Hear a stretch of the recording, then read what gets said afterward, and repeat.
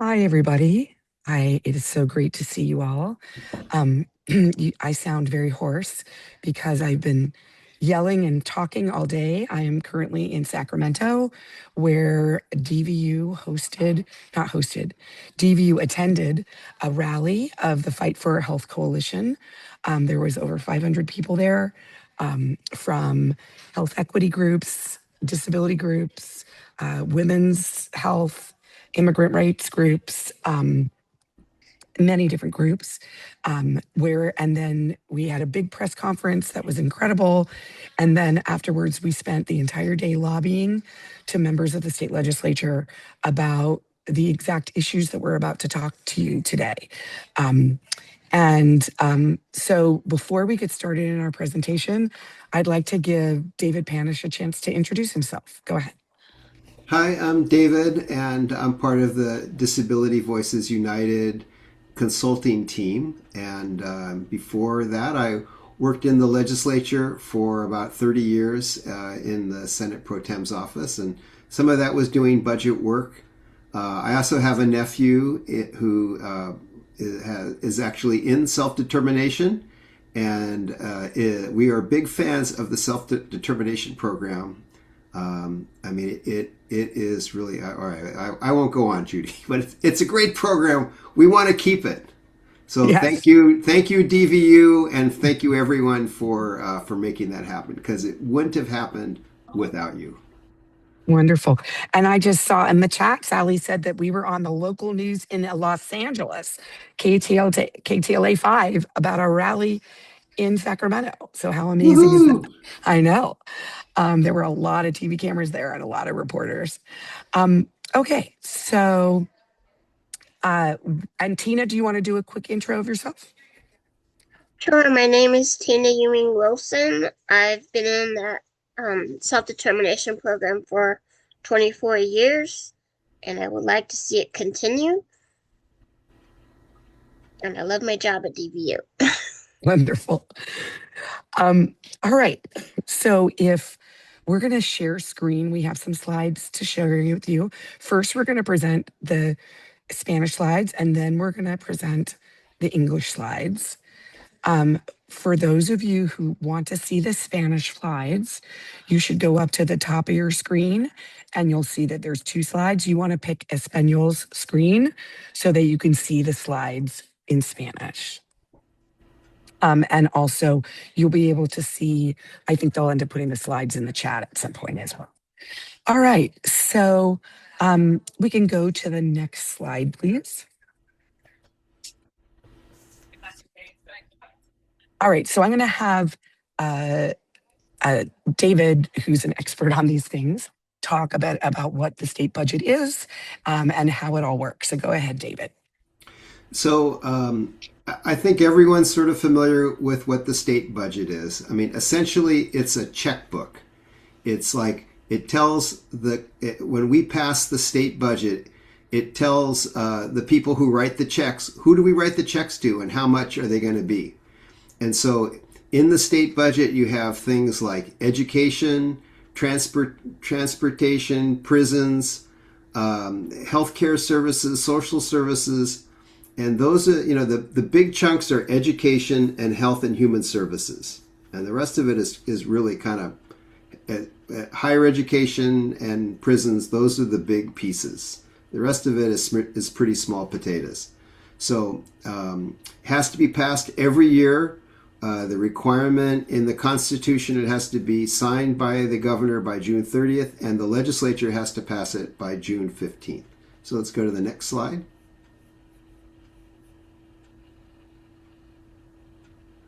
So this is the timeline.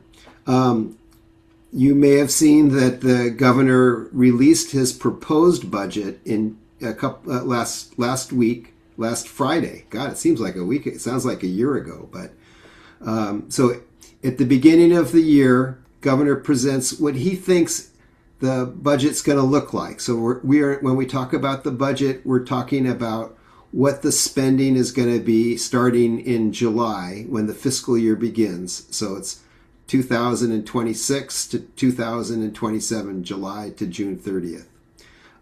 So in order to get ready for that, he presents his first cut at what he thinks revenues are going to look like and what expenditures are going to look like. And the legislature gets to look at it, and as we all do. And so that came out in January. Then over the next couple of months, the legislature, so the state assembly and the state senate, will be looking into, each house will be looking at the budget proposal. They'll be having hearings with the departments, including the Department of Developmental Services, to explain what their needs are. Is the budget proposal sufficient? Are there issues that we should be concerned about? And then in May, this thing called the May revision will come out. And that's now we're getting closer to the actual budget year. And so that's a chance for everyone to take another look at revenues. You know, how's the stock market doing? Are revenues on track? Do we have more? Do we have less? And we'll work closer so we have a better idea of what the budget's actually look like. And then they have to pass it by June 15th, and the governor has to sign it by June 30th. And then July 1, the new fiscal year begins. So let's go to the next slide. So as I said, the Department of Developmental Services is part of the Health and Human Services Agency. It's funding traditional services and the self-determination program. It funds regional centers, funds DDS operations. It brings together, the state budget shows you how both state and federal funds are coming together. And it also includes, since a lot of the funding that the Department of Developmental Services relies on is from Medicaid. And so there's a big share of cost that's reimbursed through the federal government. Let's go to the next slide.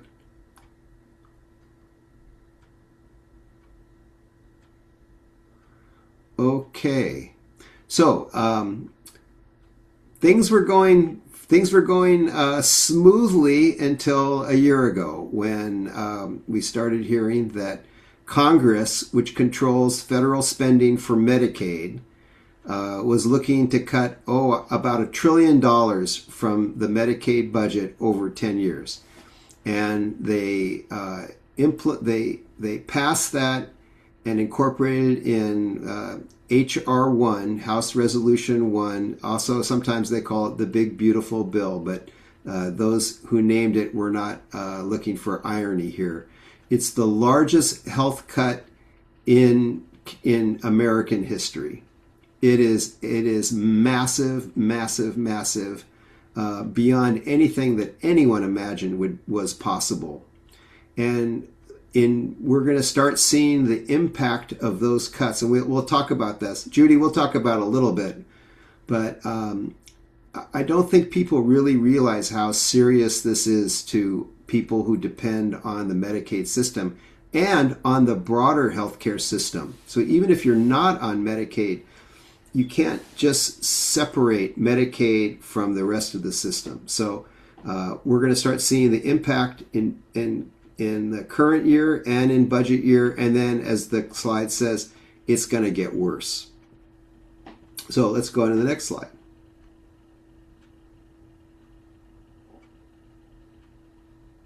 So we talked about the governor's January budget. I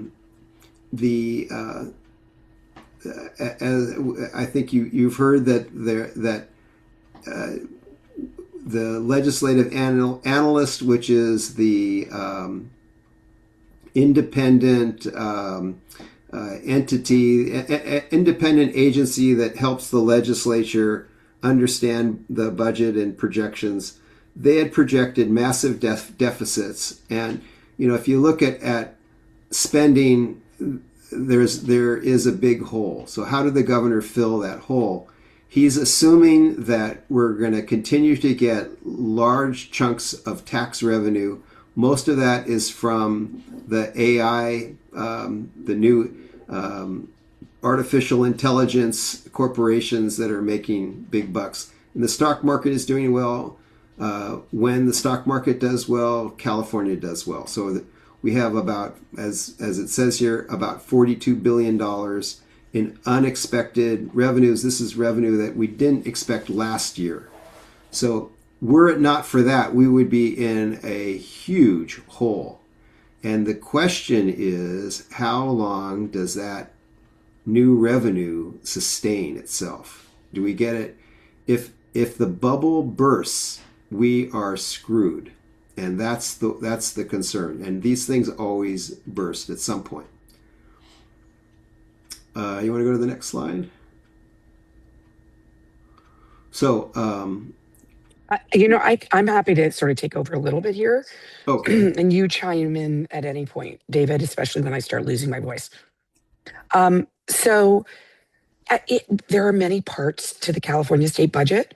DDS is just one relatively small part, even though I think it's pretty dang big. So despite concerns that there might be major budget cuts, in fact, the DDS budget was increased by $2.4 billion over what was spent last year, or an increase of 18%. They're projecting that the system will serve almost 527,000 individuals. I can tell you, my son is just about to turn 29, and when we first started getting involved in the system back in like 2010 or something, I think the system was maybe about 220,000. So it has more than doubled since my son has been part of the DD system, and they are continuing to see a major increase year after year. Take over for a second. So, let's go to a lot of money in the system. 18% increase in a year when we're basically flat for most programs is pretty impressive. But I wouldn't get too excited, because shit is coming. So we need to be prepared. That's a budget term. So go ahead. Let's go to the next slide. All right. You want to take this? I'm going to talk until I can't. How about that? Okay. So there's good news. And remember, what the shit is coming is true. There were no major cuts in services. Rates are staying the same. Regional centers are receiving an increase of $133 million for additional service coordination for the additional consumers or individuals that they will be serving. So that's all the good news. Let's go to the next slide.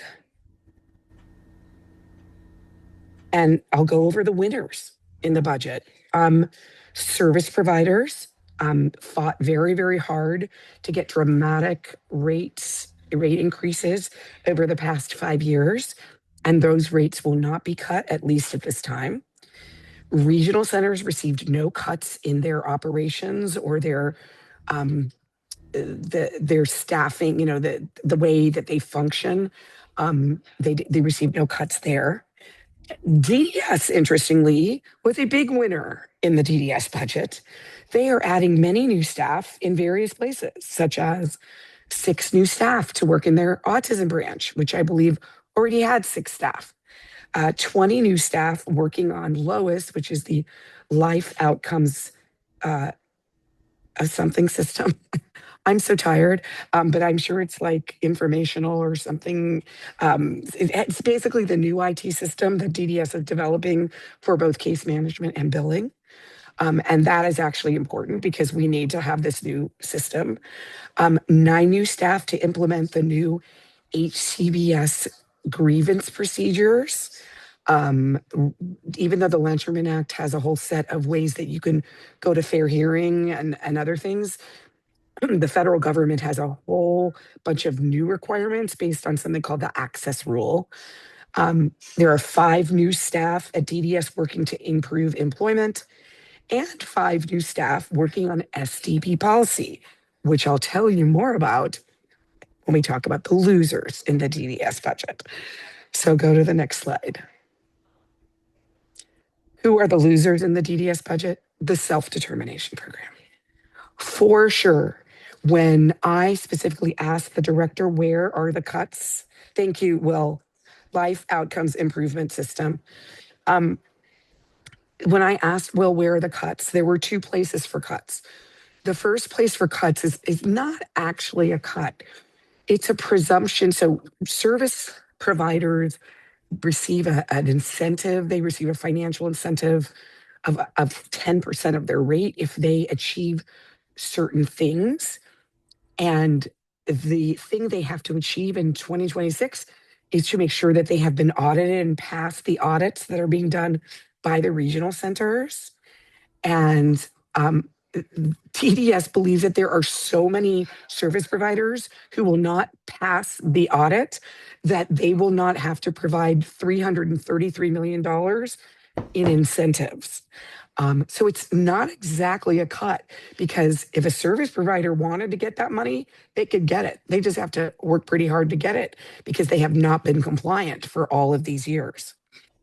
The only place that's actually getting a cut are the people and the participants in the self-determination program and the local volunteer advisory committees of the self-determination program. So let's go to the next slide. So last June, DDS issued language. It's called trailer bill language.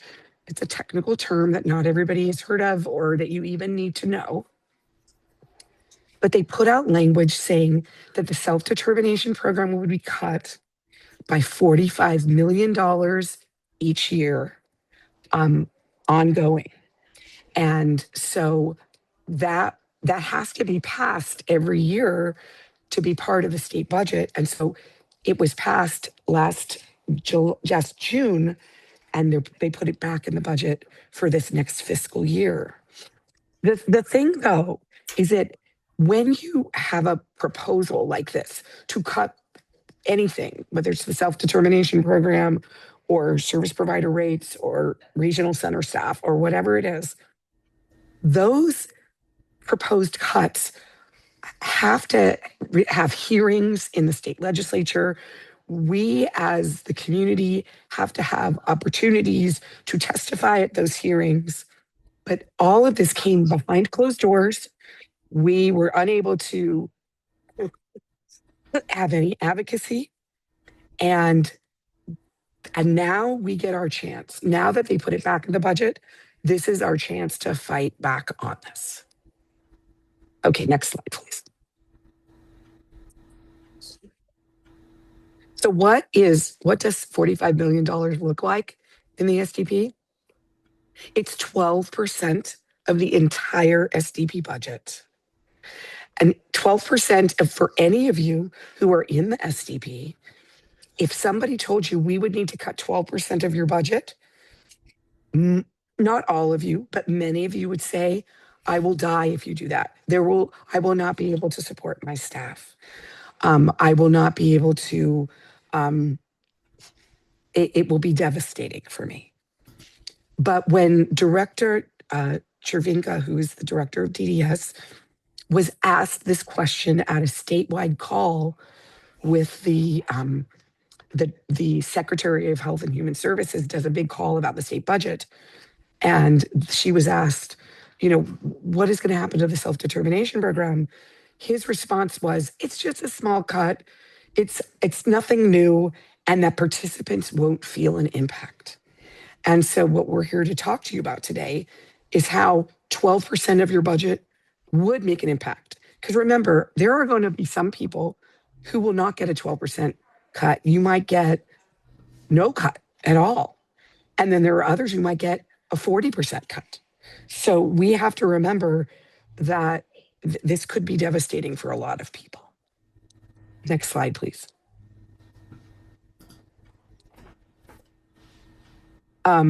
So people have been asking, how is DDS going to achieve this $45 million cut? I don't think they know how. I don't think they have a clue about how they're going to do it. Where they've started is they put out a directive. Many of you who were at our webinars about this in the fall you saw that there was a directive saying that each regional center during this month of January would be required to fill out a form for every SDP participant who had an increased budget of more than 20% or more from the previous year. So that could be for brand new participants where their budget is 20% more than the amount of services they got in the traditional system. Or it could be somebody like my son, whose budget went up 20%. And the only reason his budget went up 20% was because of the rate increases that exist in the traditional system. Remember that people's individual budgets are based on how much the regional center would be spending on you if you were still in the traditional system. And the traditional system service providers received a 20% increase in their rates last year, which meant my son's budget had a 20% increase. It wasn't because the regional center did anything wrong or the regional center was trying to pad my son's budget. It was strictly because this is how much he would have spent, or the regional center would have spent on him, even if he were in the traditional system.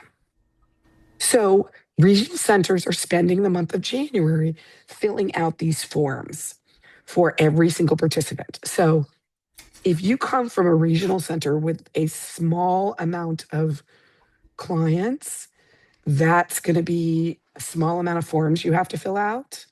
If you come a small amount of participants, I should say. If you come from a regional center with a lot of participants, you're going to be filling out a lot of forms if you gave them those rate increases last year. But so they're going to receive, so DDS will receive all these forms. It will say things like, this person got an increase because of the rate increases in the traditional system. This person got an increase because they moved out of their family home and into their own home. This person got an increase because they had some challenging behaviors they didn't have the previous year, or their health was a problem this year when it wasn't last year. So we don't know what DDS is going to do with this information. Are they going to look at it and go, oh, well, we don't like these reasons, so we're going to change the way budgets are going to be calculated? Like, we have no idea what they're going to do with it. And they need to achieve these savings of $45 million pretty quickly. And we have no idea how they're going to get there. Go ahead to the next slide, please. An additional place that the self-determination program was a loser in the state budget was that, remember I told you that one of the winners was DDS by getting 5 new positions to work on the self-determination program? Guess where they got that money from? They got that money from the $1 million a year that all 21 regional center self-determination local advisory committees get each year to provide contracts to individuals and groups. And with those contracts, they provide coaching for people to get into the SDP. They provide trainings, conferences, and support groups. And for those of you, I know many of you who are here serve on your local advisory committees. You will no longer have funding to spend.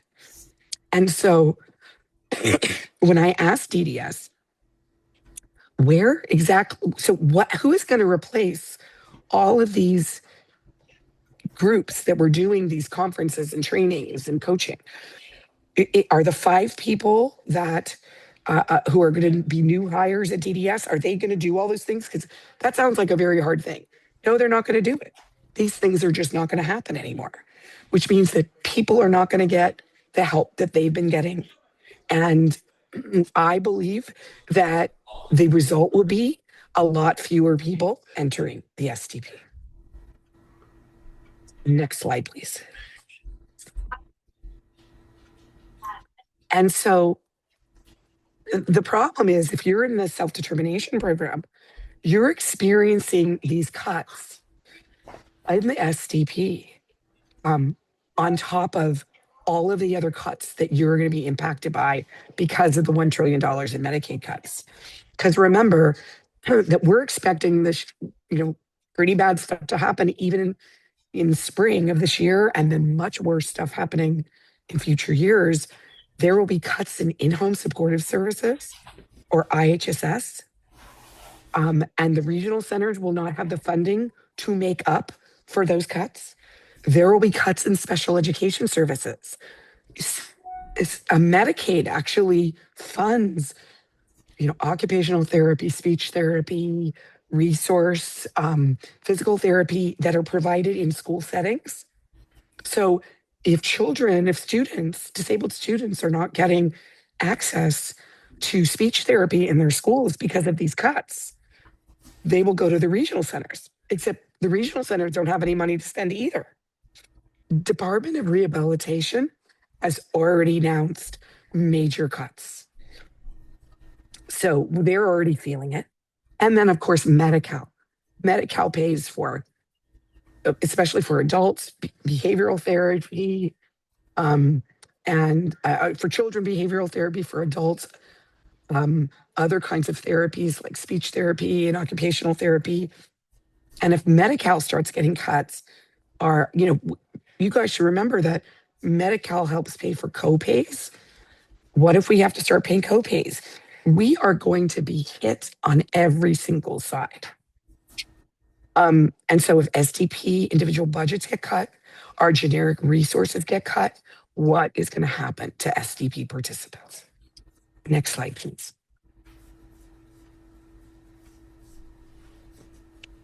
So what are the next steps? Advocacy, advocacy, advocacy. So I'm not sure if you can see where I am. I'm going to stand up. Well, I don't even know how to but that's the Capitol building outside my window. I am sitting here overlooking the state Capitol. How many of you, I see a lot of people in the audience today who are here at the rally today, use the raise hand feature or turn on your screen and wave your hands, because there were tons and tons of Yasmin was there, Amanda was there, Mark Melanson was there, and there were hundreds of more people. Raji was there, Yardir was there.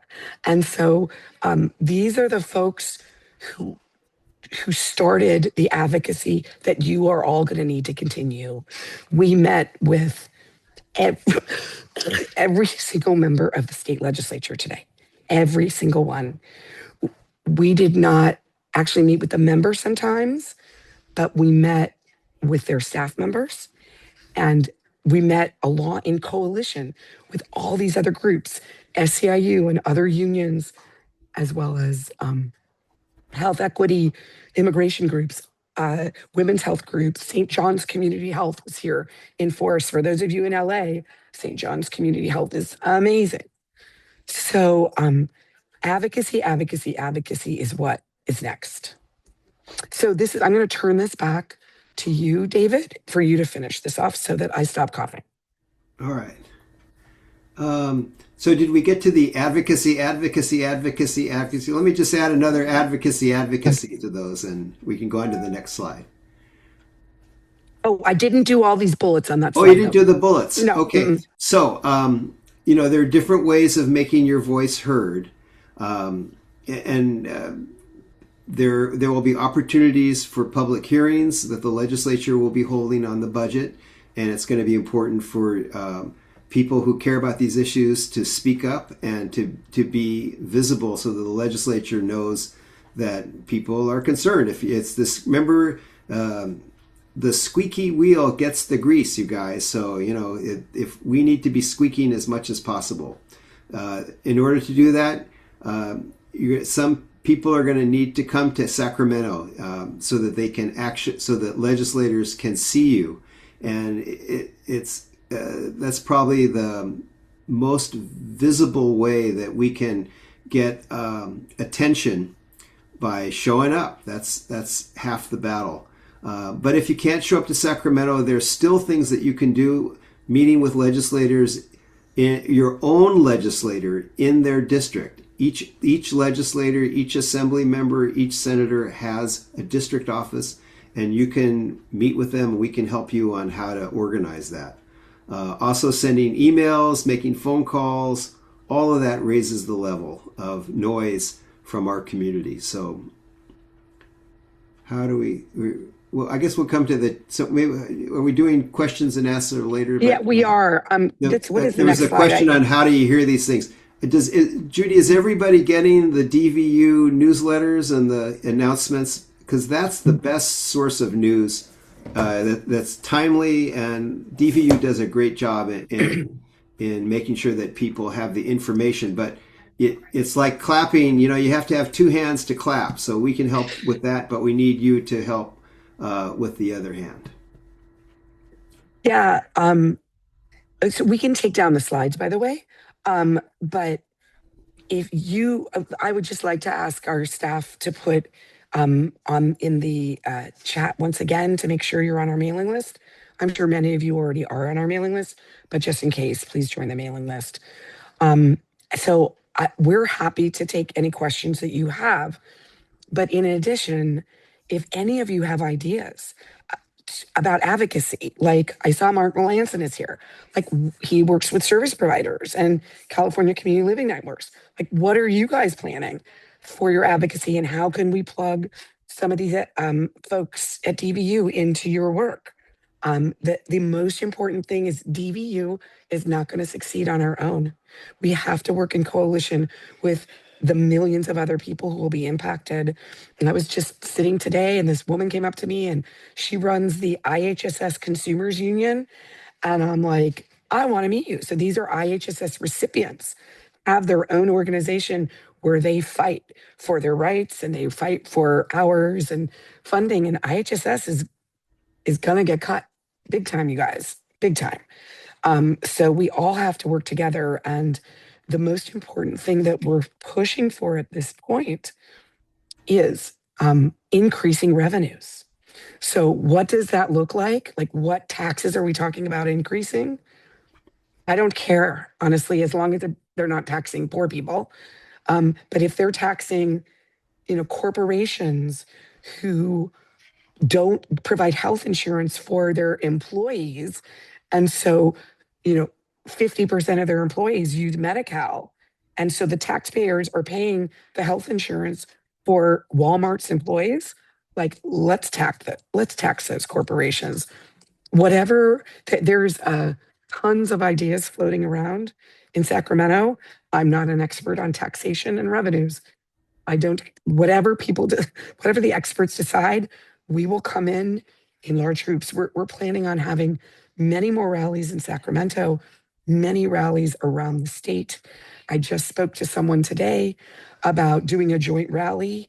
It was somebody from St. John's Health, which is one of the biggest providers, if not the biggest provider in Los Angeles for community health and indigent health, to do a big rally in front of Governor Newsom's office in downtown Los Angeles.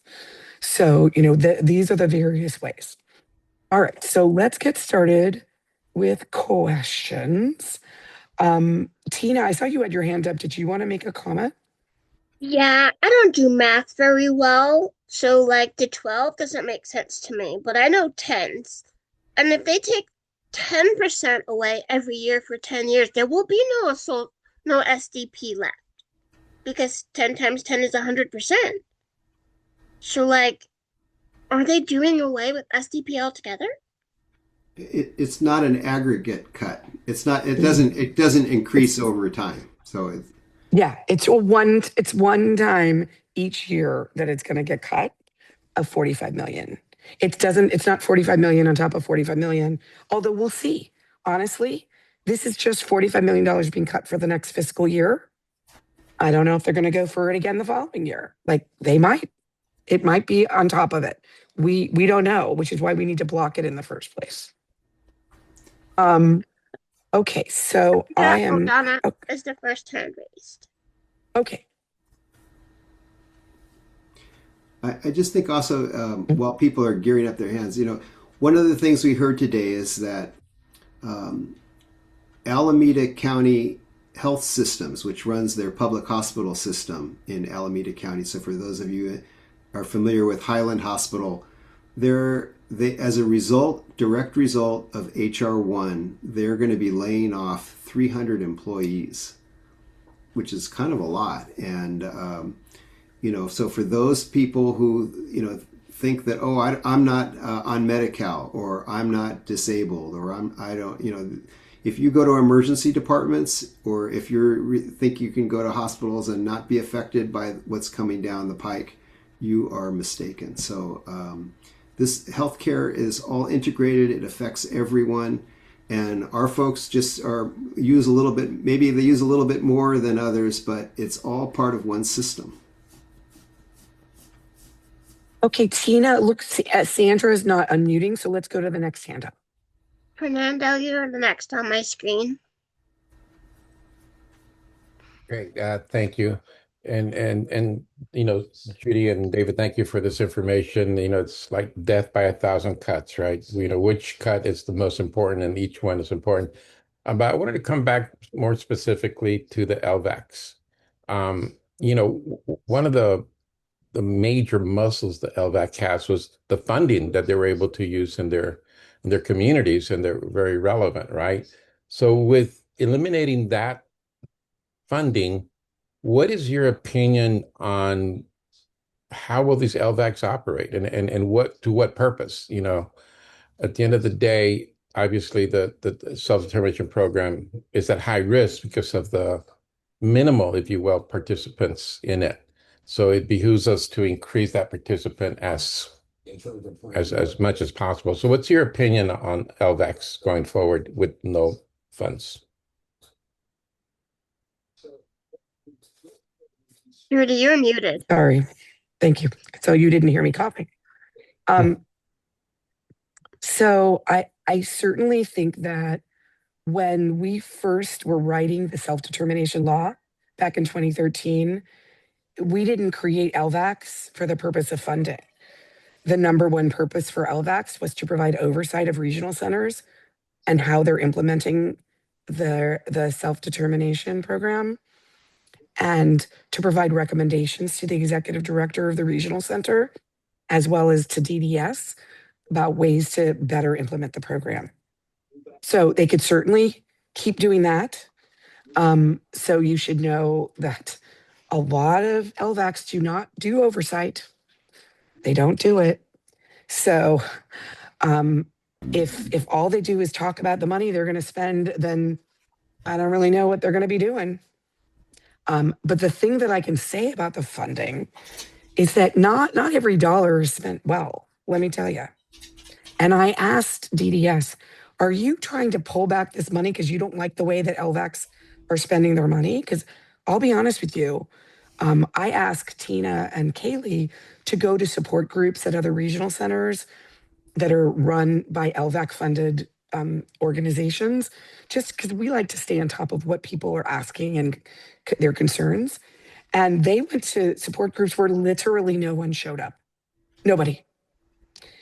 And that's not a good use of LVAC funding.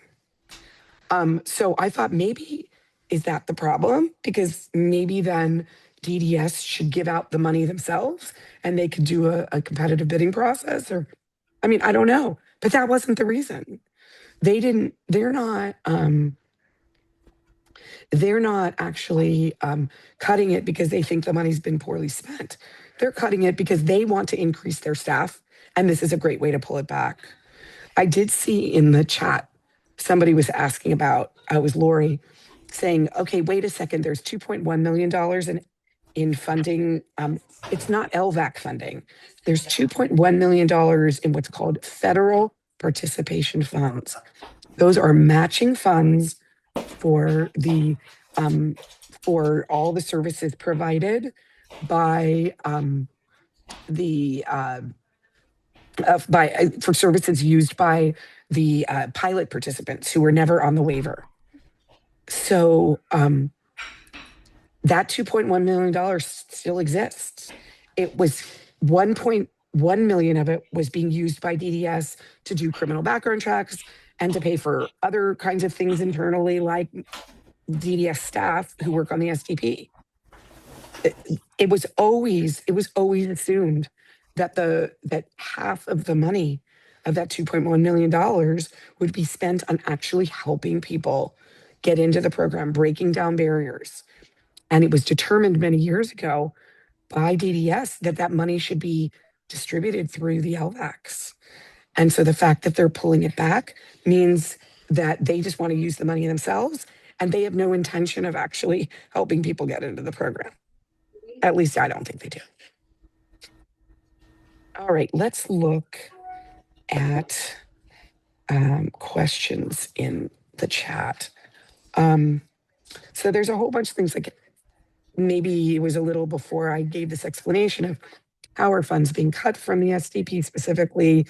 How are they determining the cuts? And as I mentioned, we don't know. We're not exactly sure. All we know is it's 12%. And then people were saying if they said that SDP participants wouldn't feel it, was there a follow-up asking them, well, where's the money going from? I have asked this question, not at that public meeting, but in private. And they're like, we're still determining that. We're still figuring that out. Judy, yeah. Should we ask folks to let us know if they are, if any of them are being affected now by some of these cuts, if a regional center is starting to implement this earlier than we think? I mean, this went into effect in July, so.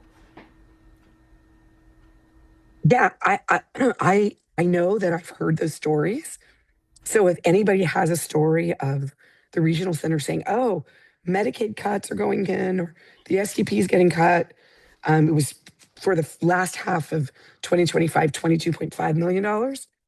If any of the regional centers have said, this is why we're cutting your budget, they would be wrong, because that is not the way it's supposed to work. They have been, regional centers have not been given directives on that. So let us know. Yep. Okay, let me see one more question from the chat. All right, I asked the Lori Walker question at 5. Okay, so people were like, how do we get involved? How do we get notified about meetings in our district? So definitely make sure you are on DVU's mailing list. Last year, when we were trying to fight HR1 from getting passed, the Medicaid cuts from getting passed in the first place, we collected the names of hundreds of people who signed up on a Google form with us. We're going to do the same thing again this year. And we will be in touch with you. We'll set up meetings with you in your offices, in your districts, I'm sorry. So it might be that, let's say, I just actually met this wonderful new assembly member who represents the Pomona, Altadena, San Gabriel area. And he told me that he has a sister with Down syndrome. And so he's very familiar with the regional center system and wanted to know if there's anything he could do to be helpful. And so, we're going to definitely get a meeting in his district with him. So, we want to make sure all of you stay on our mailing list. We'll get out a more separate sort of action mailing list as well, and we will notify you when things are happening in your communities. Go ahead to the next hand raised, please. Lulu?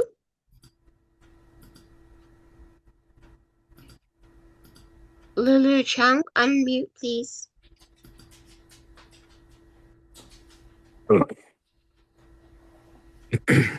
Okay, then Lulu A. Judy, can you unmute them? It's not letting me. Oh, never mind. I got it. Never mind. Sorry. Okay. I'm gonna ask Lulu to unmute because I just wasn't able to. There's two Lulus. There's two Lulus. It'll be Chung. Okay. Oh, thank you. Sorry, the system wouldn't let me unmute myself. Hi, Judy. Thank you for everything you do. It's good to see you again. And thank you, David.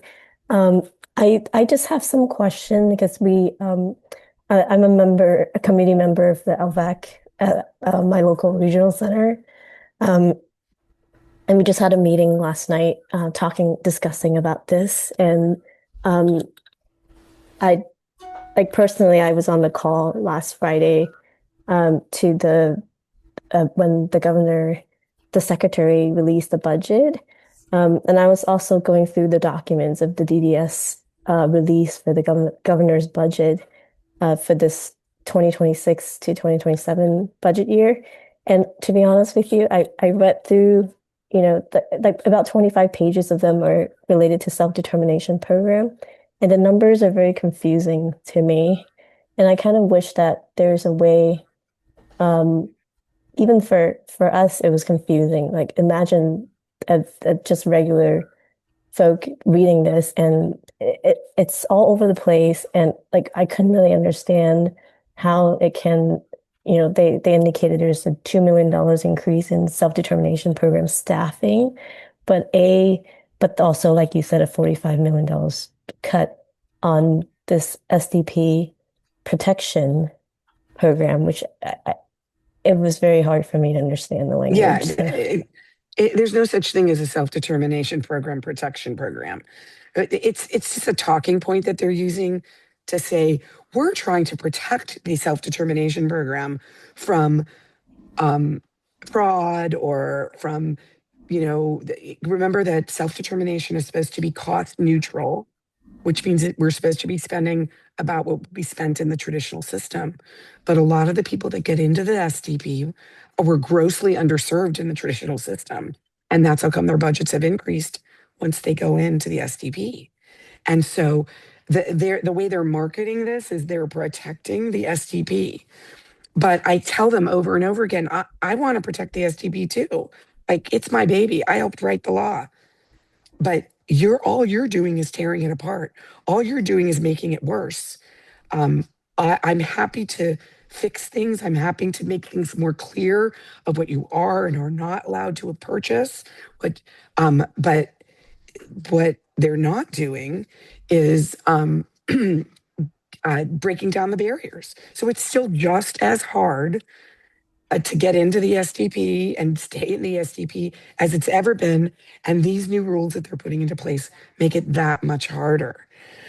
So yeah, it's very hard to explain, but they're marketing it as we're protecting the self-determination program. All right. I don't have any idea how many people's hands are raised. Three. A lot. Go ahead. Go ahead with the next one. Lulu, A. Hola, Judy. Hola a todos y gracias por este día, por el trabajo tan inmenso que hicieron en Sacramento. Apreciamos mucho los que pudieron estar ahí. Nos hemos unido a esta causa para compartir, ¿verdad?, con las diferentes familias que puedan estar presentes. Nos alegramos que están haciendo este trabajo y esperamos que dé fruto. Quiero decir otra cosa. Se habló de los recortes al IHCs, al centro regional. Me pregunto, y por favor si me pueden dar un poco de luz, ¿estos mismos recortes tienen que ver con el intento de desmantelamiento al Departamento de Educación Especial o es algo también diferente? ¿Podrían aportar algo sobre esto, por favor?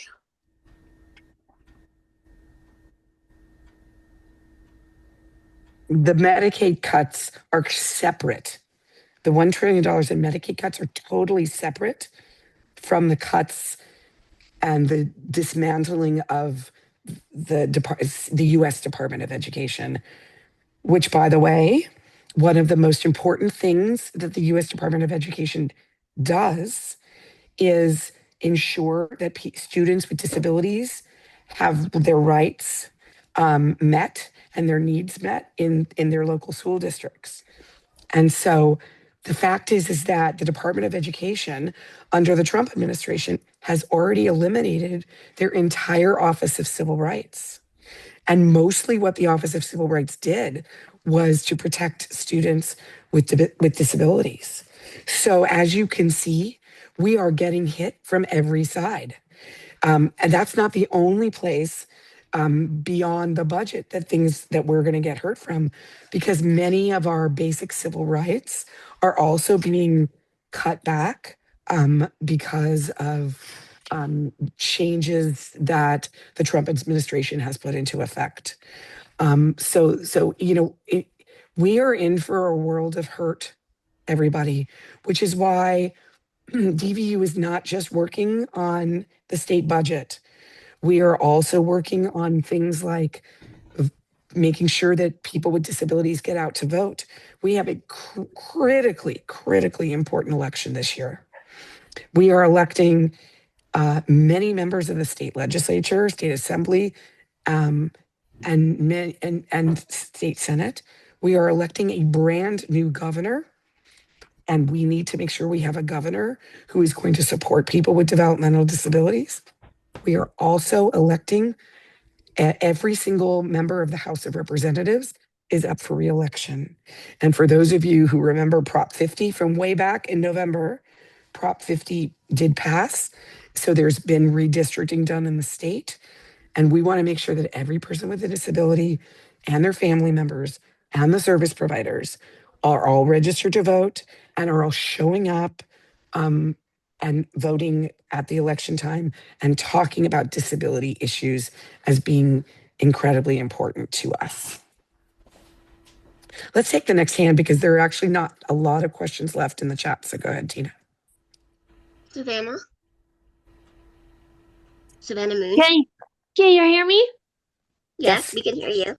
Okay, I was wanting to know because me and my regional center worker are trying, I'm not going to name any names, but we're trying to get me into SDP and out of the EFS caregiving company. But do you guys know who I would go to for because the EFS caregiving company is the one that's paying the rest of my rent. So do you know who I would go to for the rest of the 100? Because it's 157.50. That's the only thing keeping me from getting fully into SDP. Do you know who I would go to ask for help for that? I can help you right now. Okay. Any housing subsidies or help that you're getting from your regional center for your housing, it's pretty rare that people get that money, but it does exist. That money can continue to be paid outside of the self-determination program.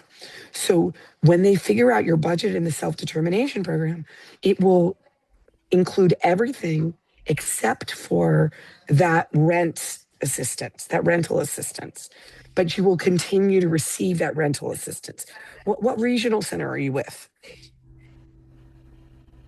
I went NLACRC. Oh, okay. I know them very, very well. I know Lori Walker, who's the chair of their LVAC, is here. And so maybe Lori or Miriam or anybody from North LA, if you want to put your email in the chat. This is a really important fact for the staff to understand everywhere at every regional center, is that even if people are getting rental assistance, you can continue to receive it. It's just outside of your SDP budget. Okay? So let's get you into the SDP. Okay. Wait, I'm still unmuted, right? Yes, you are. Yes. Okay. Because I'm looking at the chat, waiting for the chat. I'm sorry, I'm just walking around in my place because I'm kind of getting a panicky feeling for talking.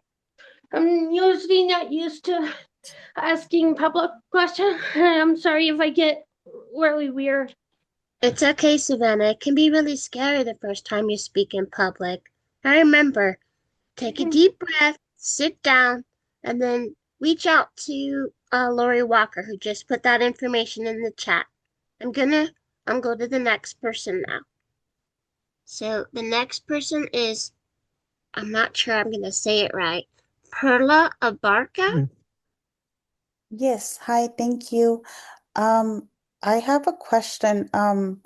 So I have two kids. They're both in the traditional model, and I was interested in doing the SDP, but now I kind of feel like scared of doing that because I don't know if they're gonna like lower their budget. So, and then the other thing I wanted to mention is that my daughter, I was considering like placement for residential care. I wanted to ask if there was anything mentioned about that because I know that could be expensive, the residential care. I know also she's gonna get an IEP. I know also the district can also fund that, but like how Judy said, you know, they're hitting from different sides. So I'm kind of worried, like if she were to need that, you know, residential care, like who will provide that? Thank you. Stay on. Don't mute yourself yet, because I have a question. Your child is a minor under the age of 18? Yes, both of them under 18. So you should know that if you are put into a residential care facility, you are not allowed to be in the self-determination program. If, let's say, you're living at home and then you go in temporarily to a residential facility, like for a month, then what you do is you stop the SDP for the month and then you go back to the SDP when you return home. But people are not allowed to live in an institutional setting and be part of the SDP. You have to be able to have choice and control over your lives. And in these residential settings, you do not have that choice and control. However, what I will say about residential settings is that I personally, maybe other people have different opinions. I personally don't think they ever solve problems. And in many cases, they make problems worse.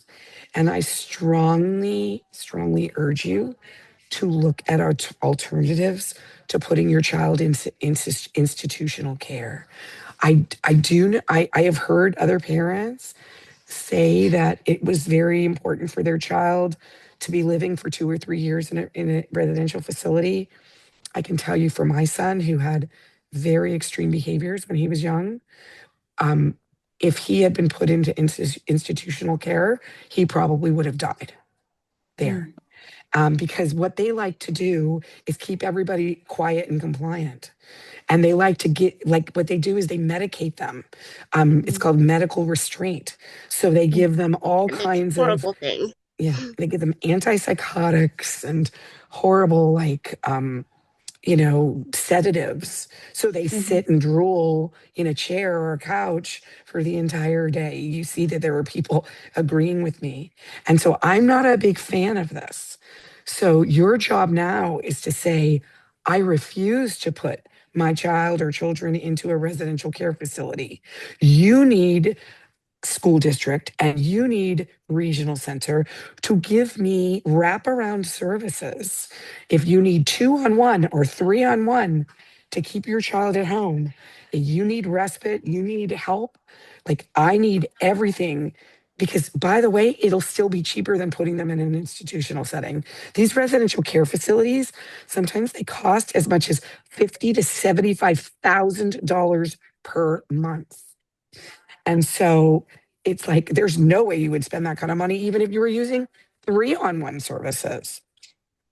So I really strongly urge you to look at alternatives and to demand that from both the school district and the regional center. Quality of life in a facility is so much lower than what it would be anywhere else. I've been there. I will never go back. I will die first. Do you want to talk about how they treated you in a residential facility, Tina? They medicated me when they weren't supposed to because they wanted a quiet evening. It wasn't They made okay. you, yeah. They Did made they me make take you? medication that was supposed to be taken after a seizure when I hadn't had a seizure and I didn't want to take the medication and they forced me to take it. It's not okay. And the regional center stepped in and moved me somewhere else after that. I was there because I didn't have regional center services yet.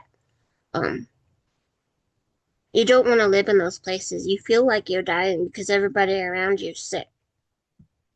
It's not a normal place to be. And then do you want to talk about how they made you sit in a wheelchair?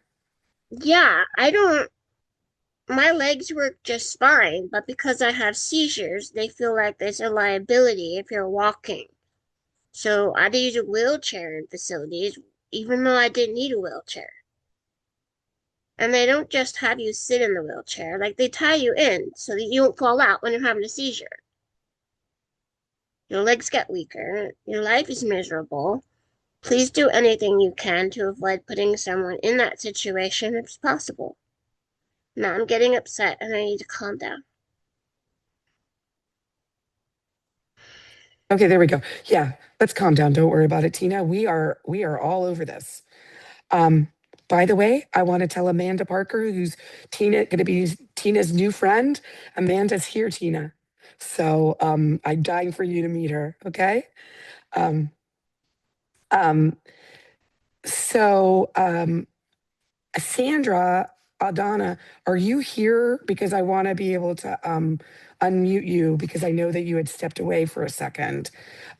If my staff can see if Yes, the Sandra. unmute finally worked. Yay, Sorry. Sandra. Awesome. Sorry, I'm on the phone, so things aren't coming as quickly as they do when you're on the computer. Thank you so much. Happy New Year, everybody. So good to see everyone. I'm sorry that the new year is not off to a great start, but I'm glad that we're doing groups like this because when I saw the amount that was being given to DDS, um, I I started to think about a lot of my clients, and a lot of them are individuals who would qualify for regional center services like myself just based on diagnosis. But because we are too quote unquote high functioning, we cannot get into the regional center system because the traditional system of services doesn't have services that can help support us in the ways that we need to. And so I'm wondering, has there been any discussion about growth to the system? I mean, part of the reason why they kick people out if they're not using enough services, or they don't allow people in if they don't need the type of services they have, is really to slow and delay the growth of the system. And yeah, there are like 900,000 people with disabilities in the state of California. I find it impossible to believe that only 220 some thousand of them are people with developmental disabilities. When we look at the prevalence and incidence rates among, you know, birth rates over the past even just 2 or 3 years, right? Um, so I'm wondering if the money that has been put into DDS will be diverted to allowing for some sort of growth in the system, especially if the people that are applying may be better candidates for SDP than the traditional service system. Yeah, most people who are served by regional centers have never heard of the SDP, Sandra. It is amazing when I meet people like I'll talk to them in a grocery store, I'll talk to them, I see them at some event. And I'll say, "Oh, are you in the self-determination program?" And they're like, "I've never even heard of it." Even though regional centers are absolutely required to discuss the self-determination program with every single one of their clients during their IPPs. But we know that that's not happening. And even if the client themselves says to their service coordinator, "I'm interested in the SDP," every day I hear stories about the service coordinator saying, "It's not for you. I don't think you can handle it. You shouldn't go into it." And that it more profoundly affects self-advocate adults who have little to no family support, and people of color, particularly the Spanish-speaking Latino community, who hear this kind of crap all the time. So I wish I had better news and a response, but I don't. Go ahead, Tina. Are you able to call on the next person, or do you want me to? Yeah, we just heard from Sandra. Yes. Okay, so then the next person is Vivian. Yes, exactly. Vivian Hahn, there you go. Whoa. Hi, everyone. Good to be here, and thank you, Judy, for I'm sorry for your voice. You have been using it literally and metaphorically all day long on everyone's behalf. So appreciate you and everyone on this webinar. I just wanted to make a couple of comments and then also advertise something from Disability Rights California. And for those of you who don't know me, hi, my name is Vivian Hahn. I work at Disability Rights California, where I am a senior attorney in their intellectual and developmental disabilities practice group. And a sibling. Thank my you. brother is served by a regional center and is in the self-determination program.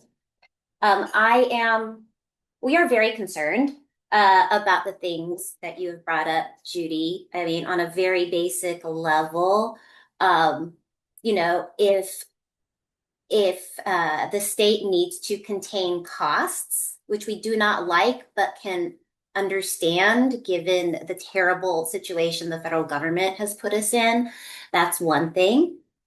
But if they want to contain costs, I feel like we deserve to know, and we need to know with clarity. They need to be clear and specific about how they plan to contain those costs.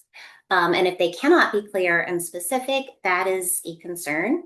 So DRC will very much be trying to get more clarity and explanation from DDS as well, because I'm not sure we understand what their assumptions are either. So that is one thing. One of the other things I want to talk about and flag it from the state budget that came out last week. As you mentioned a little bit earlier, the budget did contain some significant proposals to IHSS that many of us are very concerned about. Some of them are, we are still trying to confirm with others and to get more information about the details and the specifics, but they are of great concern. DRC will be hosting a webinar about some of those proposals and other things in the budget that affect people with disabilities on February 4th. We just landed on the date today, so DRC will put out more flyers and social media advertising the webinar, but that's February 4th, where we'll talk about stuff that affects the DD budget, as well as IHSS, special education, and more. So just FYI. On the note of special education, I don't know if any of you may have heard about this. I am not directly involved. I do know from my colleagues at DRC that there is a coalition of education advocates, not just special education advocates, but just disability advocates in general, people who care about the civil rights of students, who are looking at the recent, I guess there was a recent change or proposal, I think it actually got enacted, to create a new office within state government to focus more on the civil rights of students in schools at the state level, because of what Judy was saying, because that is disappeared at the federal level, unfortunately. The one thing that was a last minute change that got pushed through the budget last year, in the middle of last year. The one thing that has concerned us at DRC and a number of other folks in this coalition is that it didn't address disability. It addressed, like racial discrimination, right? Other types of discrimination, all very important, very needed. But disability was not named and not addressed as one of the things in this new state office to enforce the civil rights of students in schools. So I have colleagues that are working on that. So I I don't have much more to share on that, but I just wanted to flag this for you all, because there is a coalition that is trying to fix that as well. And then I guess lastly, I do want to say that we are, ever since the One Big Beautiful Bill passed last summer at DRC, we have been very, very concerned. We have been quietly doing what we can to prepare. We are just learning about the extent and the specific details of what like these budget reductions may look like, but we are actively gearing up, talking to other allies and partners to explore potential theories for possible litigation down the road later in the year, should that become necessary. Again, a lot really depends on the specifics and how things evolve, but and I cannot guarantee anything, right? But please know that there are people who are preparing for that. I hope that the advocacy that we do in the first half of this year will be successful in pushing back on many of these things. But if things do not go our way, we will. There are other strategies that are being worked on. Thank you so much, Vivian. Please make sure that the minute you have the flyer for the February training, that you get it to DVU so we can share it with others, okay? Okay, great. Okay, Tina, this is my introduction to your new best friend. Amanda, go ahead, Tina. Hi. So with the cuts being done to SDP, is this still an okay time to like transfer to SDP? That's a great question. It's the ideal time. In fact, you should try to get in like in the next 6 months, everybody, before they make it so hard to get in the future.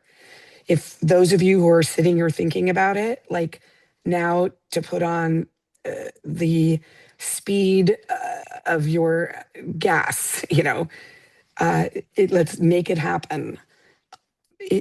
Things are only going to get worse, everybody. So now is the time to go in. And Amanda was here, everybody, all day, advocating with us and lobbying. So thanks, Amanda. Also, Judy, I think the best defense for SDP is having more people there. Mm-hmm. I mean, if it's just a few, we always hear, oh, it's just 1% of the regional center population. So growing that makes it harder for them to give it a whack. Right. Let's get the next person in. Tina, Candace is the next person.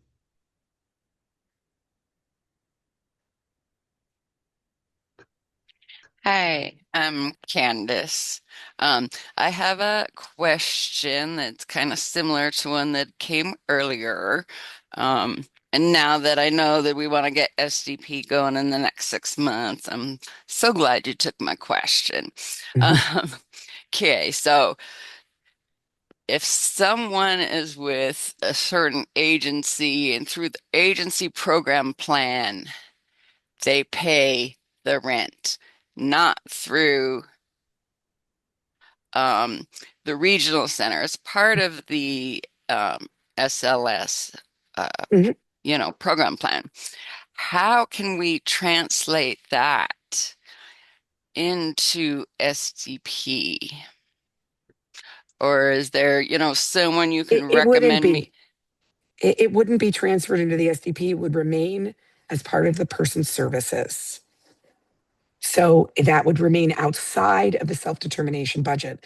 So the self-determination budget would pay for the services and supports that people want and the activities they want in their lives. Anything related to rent will remain exactly the way it was before, no changes. Wait, I think I understand what she's saying, Judy. Oh, okay. She's saying that they aren't receiving rental assistance through the regional center. No, it's not They're getting it authorized. through the SLS. Correct. So I don't know what program that is, but you shouldn't have to feel like you're stuck in a particular agency because your needs aren't being met. So what you'd have to do is contact the regional center and apply for that kind of assistance through the regional center. So I am regional center. I always hide here because y'all hate me, but I have 8 people in SDP and I love you. And so I'm here trying to get my last current person to transfer, and that's the only thing is the affordability. I don't understand, where is the funding coming from? Which state agency is giving the funding? It's actually coming from the supported living agency. It's part of their program plan that in order to maintain them in the home, because maybe some people need 24-hour support, they can help supplant the rent. But how So Candace, yes. I guarantee you that the supported living provider is getting their money from the regional center. It's not like the supported living provider is walking down the street asking people for money to help pay for this rent. So this is all related to the regional center. So it would stay exactly the same if the person wants it to be that way. They would continue to contract with that supported living provider to provide the rental assistance.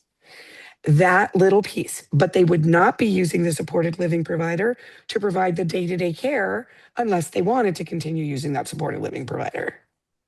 The other thing they can do is use a different supported living provider to pay the rent if they want to cut the ties completely to that SLS agency.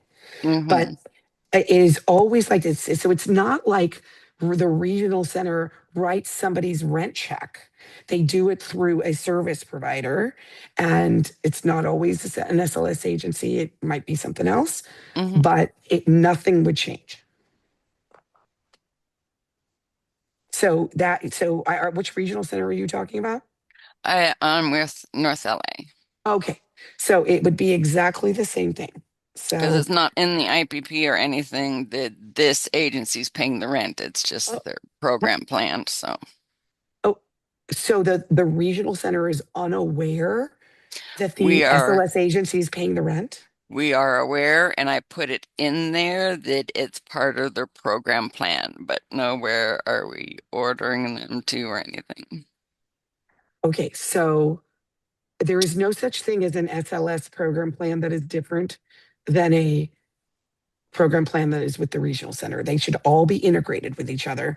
They shouldn't be separate. So I don't know exactly how the funding is working, that it's not the IPP, but you damn well get it. I would call an emergency IPP like for next week and get it into the IPP.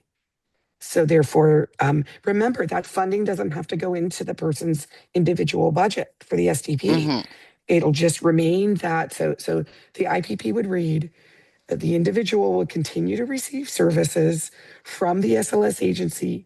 This is if they want to, right? From the SLS agency in order to subsidize the rent, and other funds will go through the SDP. Happens all over the place. And this rental subsidies is not the only thing. Co-pays for Medi-Cal also is done outside the budget. Coordinated family support services also done outside the budget. So there's a whole bunch of things that are handled outside of the SDP budget, and North LA should know that. We do, but we just don't authorize rent. So I'm trying to find out how to just keep it the way it is. Wait, what do you mean we don't authorize rent? Are you with the regional center? Yes. Oh, okay. Regional centers can absolutely authorize rent. It happens all over the state. The key thing on this is that it must be signed off by the executive director. So Angela Pau Johnson needs to sign off on it. If you want to get in touch with me, and I'll put my email in the general email address in the chat. I can find you the part of Lanterman statute. I've seen it And then, yeah, And yeah, and Angela's pretty new at North LA, so she may not have had to confront this before, but it's happening all over the state where they're having to. Okay, so people are saying, how do I get rent? It is very, very rare, guys. Do not go in and asking your service coordinator for it. It only happens when the person is at risk of homelessness. So you guys need to, and they have no generic resource. So maybe they don't get SSI, and maybe and they would be at risk of homelessness. So it is a very tiny group of people who qualify for this rental subsidy. So don't go asking unless you meet both.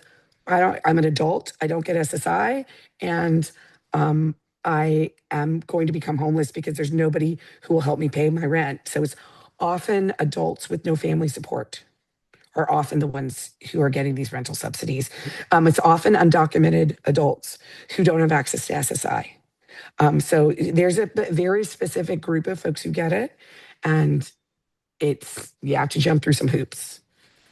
So Candace, thank you so much for being here, and happy to help in any way I can. We may have time for both the final questions, but let's see. Cecilia? Hello. Hi. Yes. I have a question in regards to the day program. Is there a max amount that on STP that they'll pay like a cap or something that they'll pay for a day program? Because my son's day program, well, it stopped vendoring with SARC, and so it's not taking traditional services anymore. And now it's only SDP, but they've raised it a lot, like substantially. And so I'm just worried because I feel like they're not giving as much. I feel like they don't have anybody to hold them accountable anymore, like how So there's a lot of people who need to be held accountable here, not just the regional center, but an SLS, but a day program that's charging so much money, and the regional center needs to hold them accountable. But if they're no longer a vendor, there's nothing a regional center can do about it. I mean, that does not, you guys just took her off screen, but that's not the best. That's honestly not it doesn't sound like a great day program. I have to be honest with you. Also, let me just say this, and Tino will absolutely agree with me. People in the SGP should not be going to day programs. You should not be spending all day in a center with a bunch of people with disabilities. You should find an individual support staff who's going to help you meet your individualized goals and spend your day doing what you want to do, not what a day program wants you to do. So I don't know if you can unmute Cecilia. Can you guys unmute Cecilia, please? Staff. There we go. Great. Okay. Yeah. So yeah. Well, it's because there's a good job. Okay. Good job, Ariel. It's because there's a lot of changes. The founder passed away and everything. We're going through a transition. So it's just a big problem. But so some of the parents were just wondering, is there a cap for the day program to No. that There's no cap on any service in the SDP. Okay, so they can actually charge as much as they want, and they are, and which is why I would walk in the other direction from them. Well, right now there's nothing else out there for them. Yeah, there is. It's called hiring somebody to work with your child. Yeah, just it's difficult. I know. I used to live in boarding care and a 10-day program, and I was absolutely miserable. They didn't do activities that made me happy. Now I hire my own staff. I make my own day program activities. We do art projects here at my house. We go out in the community. We go to the movies, or we go to the grocery store, and then we come home and bake cookies, or we take the dog to the park. Or we do whatever I feel like doing, and it really makes a big difference. It empowers you to become the person you're meant to be. And my son is totally different in every way than Tina. And he would answer that question in exactly the same way that Tina did. Yeah. Yeah. It's just, yeah. Oh, well, If he could, my son doesn't speak very much, but Yeah. he would answer the question in that Yeah. way. My son sounds a little bit like your son, hearing Yeah. him in the background. Yeah. And I tell you, my son was able to move out of my house because of the SDP. Oh, wow. Yeah. And he See, now and lives that's in why his we're own home. Yeah. It's that's why amazing. we're transitioning for all of these wonderful benefits that we're going to be able to have. Cecilia, I'm seeing somebody in the chat wanting you to contact them. So perhaps you can get some ideas. Great. And I am. Don't expect it to be easy, though. Yeah. Anything worth achieving is worth working for. Oh, yeah. You're gonna I've work for noticed. it. Yeah. I'm excited, though. Yeah. Thank So you. I see that. Thank you so much, Cecilia. I see that it is just a minute before 6. So I actually need to stop talking because my voice is so worse. But thank you all. I just want to remind everybody we have our Think Outside the Box training in 2 weeks from today, and we will be talking about FMSs. And we really look forward, and thank you all. We had a humongous turnout today, so we really appreciate you all. Thank you, and have a great evening.